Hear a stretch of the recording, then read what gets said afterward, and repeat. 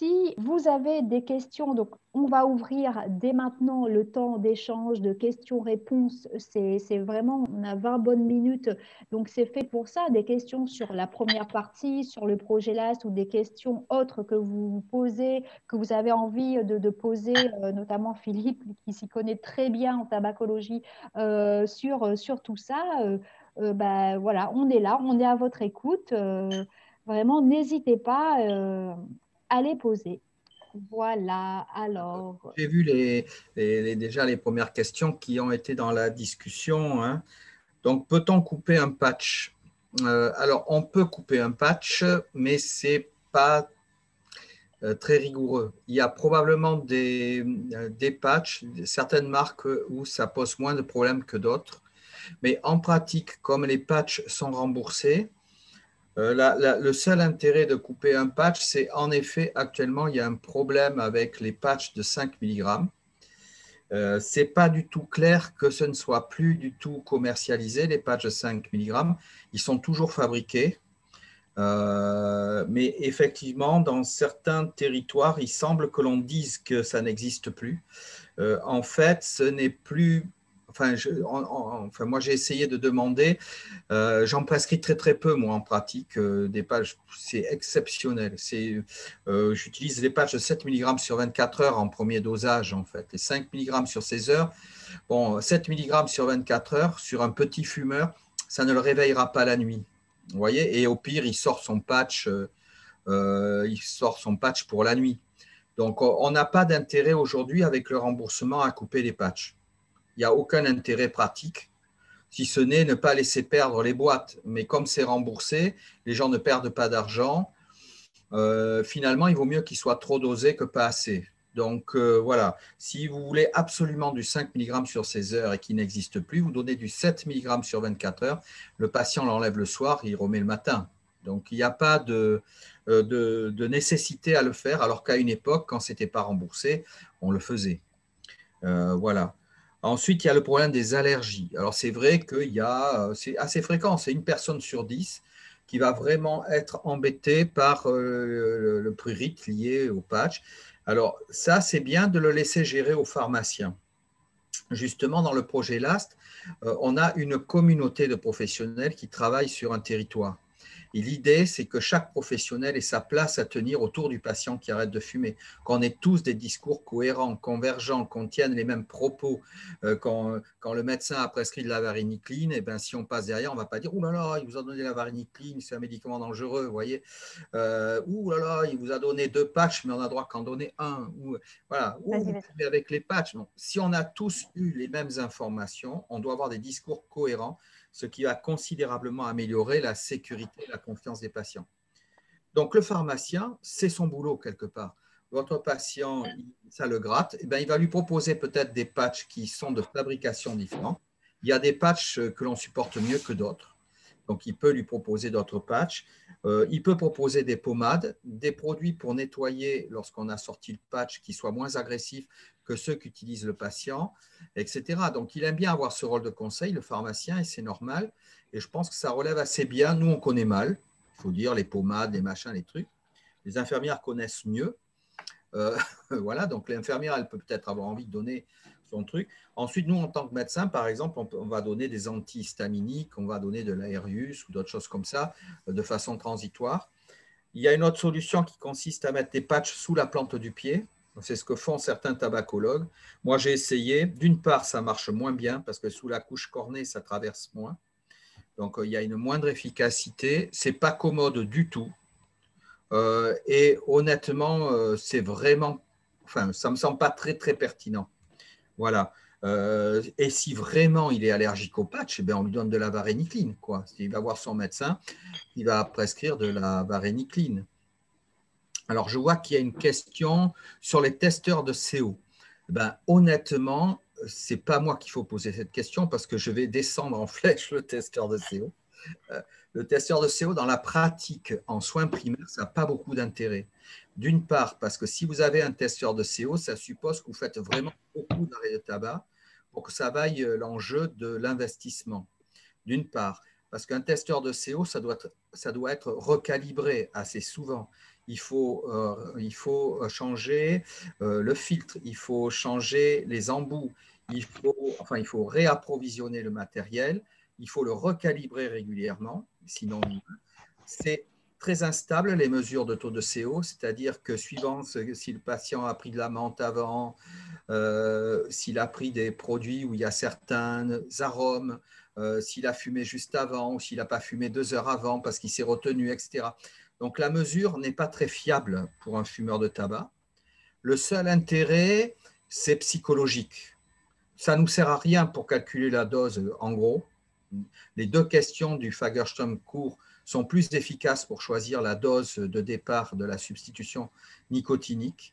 Et le seul intérêt, c'est de montrer à un patient qui continue à fumer avec les patchs qu'il tire moins sur sa cigarette. C'est-à-dire son taux de CO va diminuer alors qu'il continue à fumer, mais il fume moins.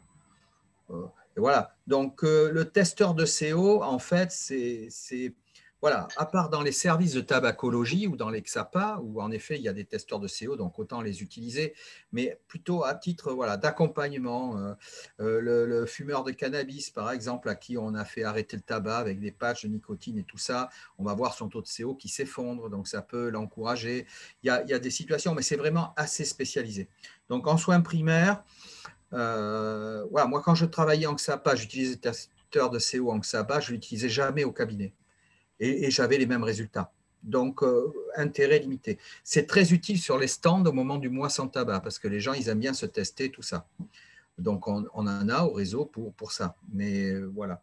Donc, le testeur de CO, du coup, ce n'est pas fiable. Ce n'est pas une mesure fiable, contrairement à ce qu'on croit.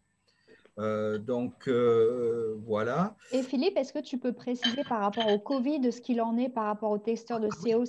Oui, pendant la période Covid, on ne peut pas utiliser les testeurs de CO. Hein.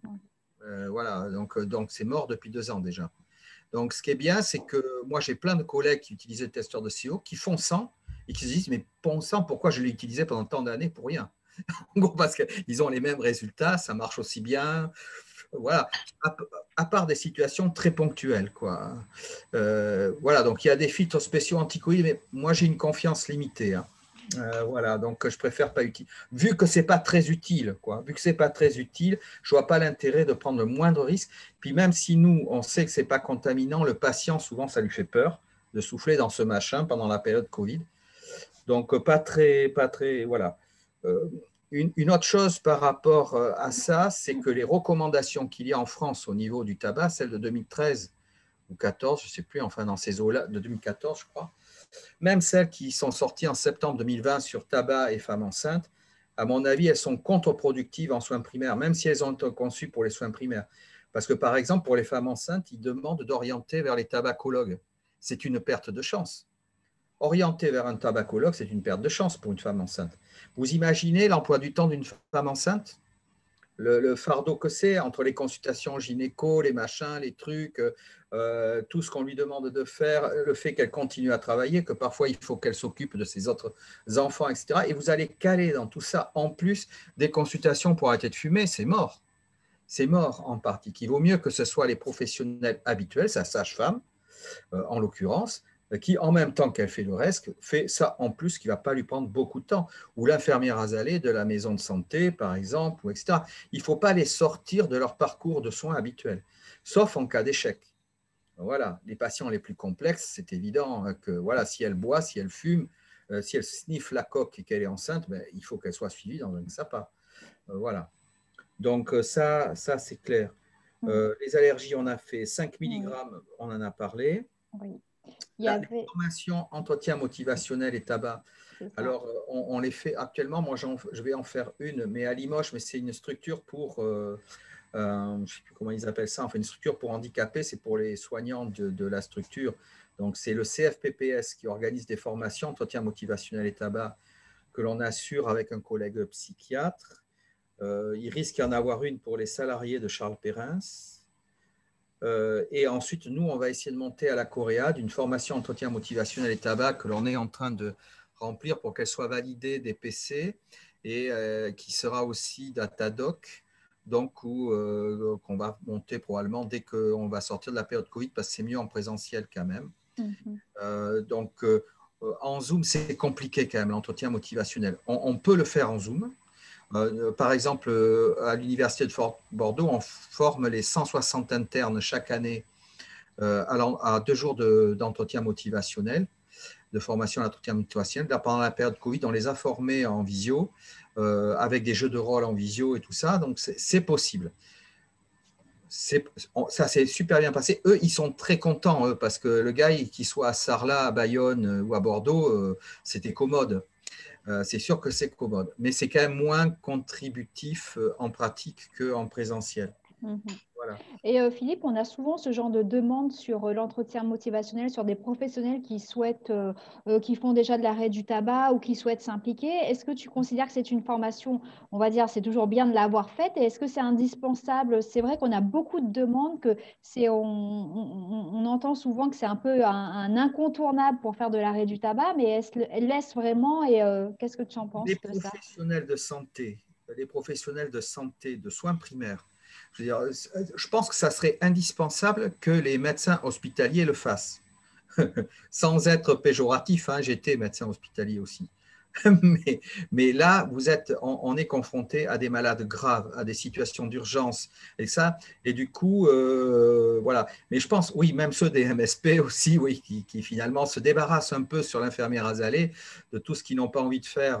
Ça peut être, je le vois bien, hein, même les médecins généralistes, voilà, alors, pour des questions de temps, pour des questions de, mais on est tous hyper, je pense qu'en médecine libérale, et en soins de santé primaire, on est quand même poussé à être dans une relation qui est respectueuse des patients, si possible, plus qu'à l'hôpital, du fait, du fait qu'on est dans une société marchande, déjà. C'est-à-dire, si le patient, c'est moins le cas parce que maintenant, tout le monde a trop de boulot, mais finalement, on est là aussi pour plaire un peu aux patients. Voilà.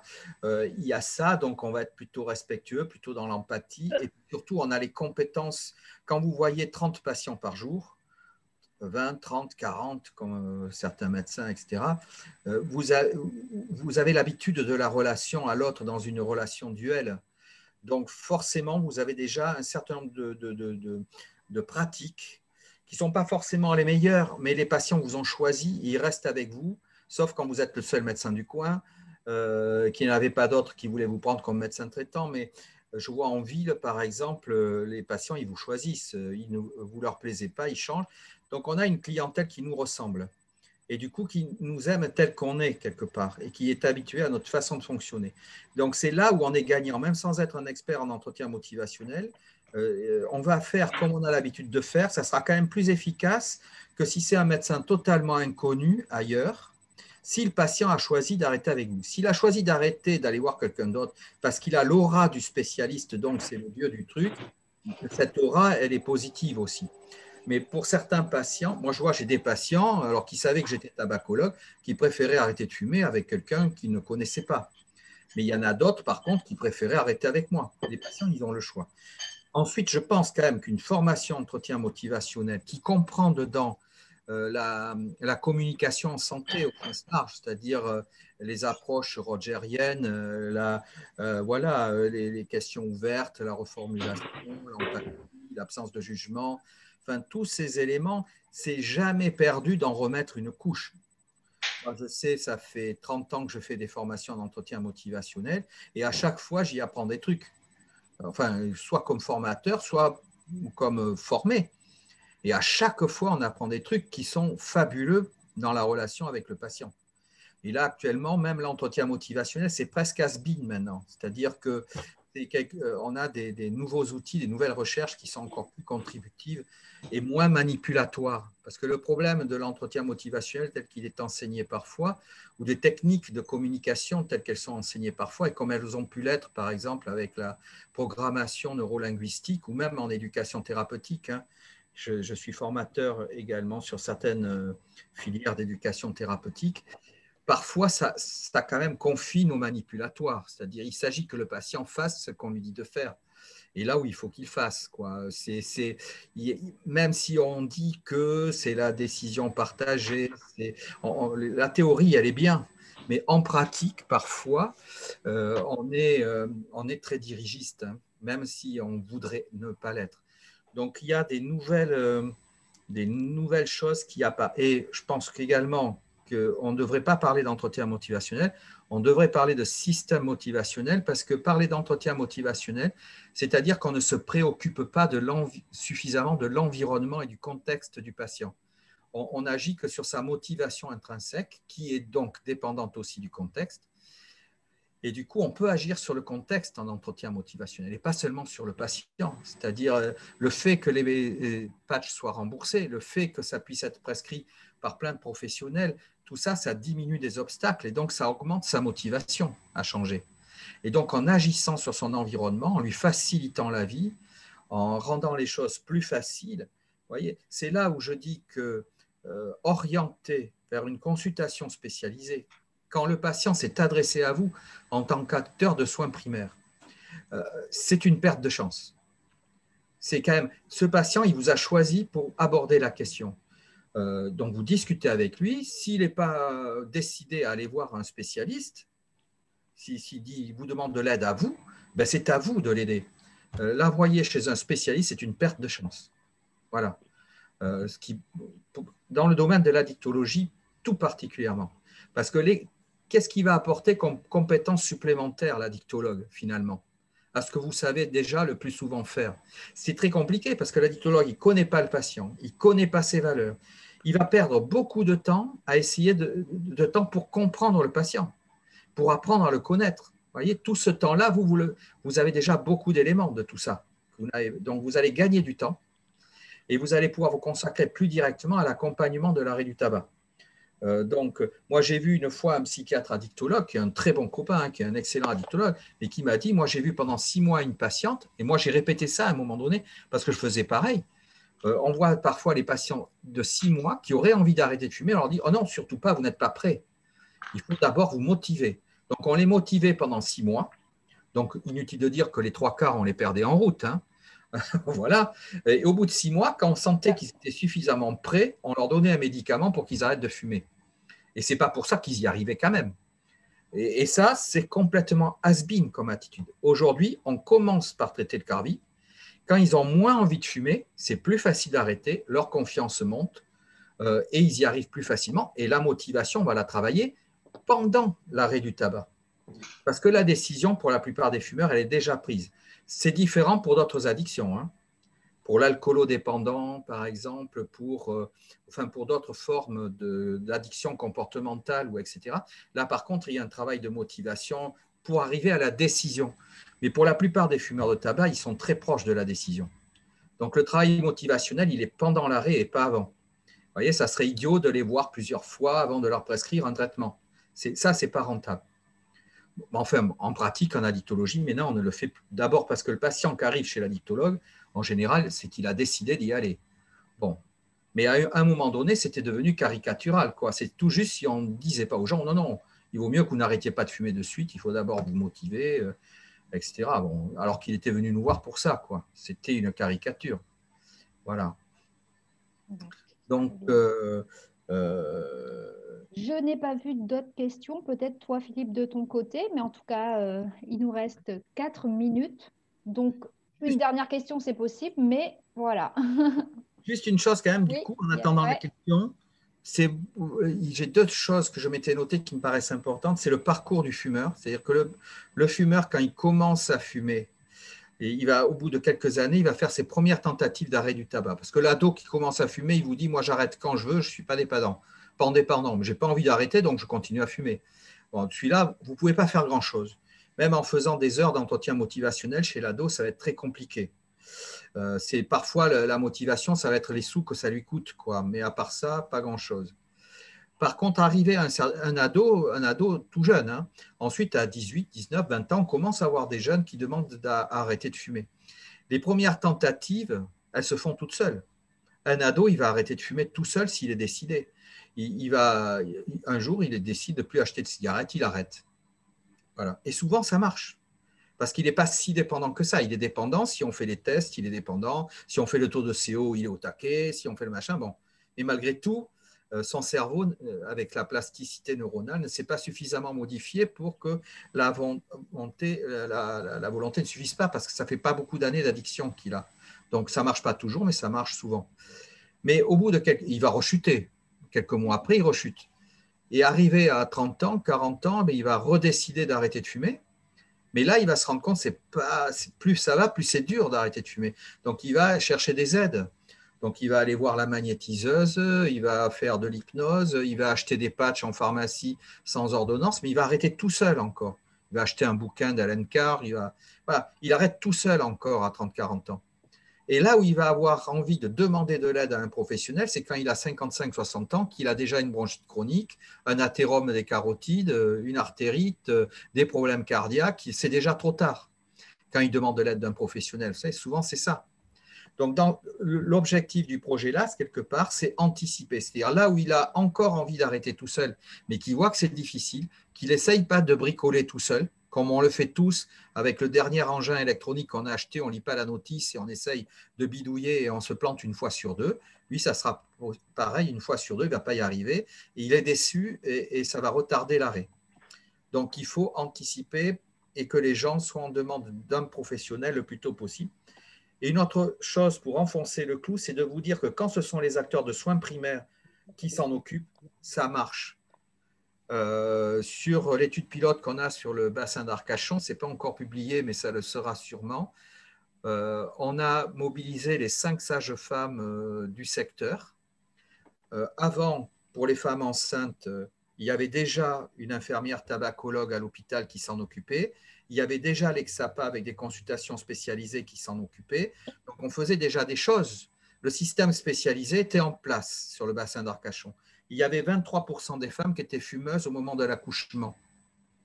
À partir du moment où on a mobilisé les 5 sages-femmes libérales et où on a organisé un peu le système, eh bien, on est passé à 14% de fumeurs fumeuses au moment de l'accouchement, en 6 mois. C'est-à-dire qu'avant, même si les spécialistes étaient très efficaces, ils étaient très bons, ce n'est pas le souci, on n'avait pas d'impact en santé publique. À partir du moment où les professionnels de santé primaire s'en occupent, on a un impact en santé publique. Ça se voit. Ça se voit parce qu'on a une masse critique de gens qui sont concernés, qui augmente considérablement, et ça marche quasiment aussi bien. Alors bien sûr, on va racler sur les gens qui sont les plus près du changement. Les plus loin du changement, on ne les aura pas. Et ceux qui sont trop graves, on ne les aura pas non plus, puisqu'ils iront dans les secteurs, ils iront toujours dans le secteur spécialisé. Mais on gratte quasiment la moitié des gens qui sont là dans le creux de raquette. Vous voyez, dans le… voilà. Et donc, c'est pour vous dire que, imaginez que l'on obtienne les mêmes résultats, puisque finalement, on a 24% de fumeurs quotidiens à l'âge adulte, là, actuellement. Si en mobilisant les soins primaires, on pourrait passer à 14-15% de fumeurs, comme aux États-Unis. En quelques mois, c'est possible, si on mobilisait tout le monde.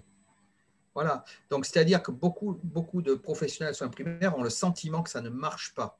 Or, c'est rare qu'il y ait des traitements aussi efficaces en médecine. C'est rare. Donc, c'est une fausse représentation. Aider les gens à arrêter de fumer, ça marche. Ils ne vont pas arrêter jusqu'à leur mort, quoi. C'est tout. Voilà. Donc, c'était le message enthousiaste final. Encourageant également, je dirais, qui va clôturer. Non, on s'est dit, c'est pas possible. Il faut le faire savoir, en tout cas. Vérifier les stats pour être sûr que c'est vrai, mais si. C'est encourageant. Au moins, on a déjà une preuve que ce qu'on fait, ça doit porter ses fruits normalement. Malgré la période, quoi, c'était en plein Covid. Hein. Donc, normalement, ça aurait dû augmenter. On s'est dit, ça va nous casser la baraque, on ne va rien démontrer du tout. Ben, si. Donc, ça marche. Mais à condition de s'y mettre tous. Voilà. D'où une mobilisation vraiment de tous les corps de métier dans le domaine de la santé. Hein. Voilà, on va sur justement sur ce message optimiste, on va clôturer cette visio. en espérant qu'elle a répondu à certaines de vos questions. Vous allez recevoir par mail le support qui a été présenté. Si vous êtes dans l'AST, vous recevrez dans le prochain mailing mensuel tous les échanges, enfin, toutes les questions qui ont été posées, etc. Enfin, les autres dates de formation, enfin, toutes les autres outils ou bref qu'on vous proposera. N'hésitez pas à aller sur notre site internet last-na.fr ou à prendre contact avec nous si vous avez des questions après cette formation, à en parler aussi si vous avez des collègues à qui tout cela peut intéresser. Voilà, hein, on a aussi besoin que ce message, ce projet soit aussi porté par vous. Voilà, merci pour votre participation. Bon après-midi Merci et à Alice. bientôt. Merci Bon Philippe. après-midi et à bientôt. Au revoir. Au revoir.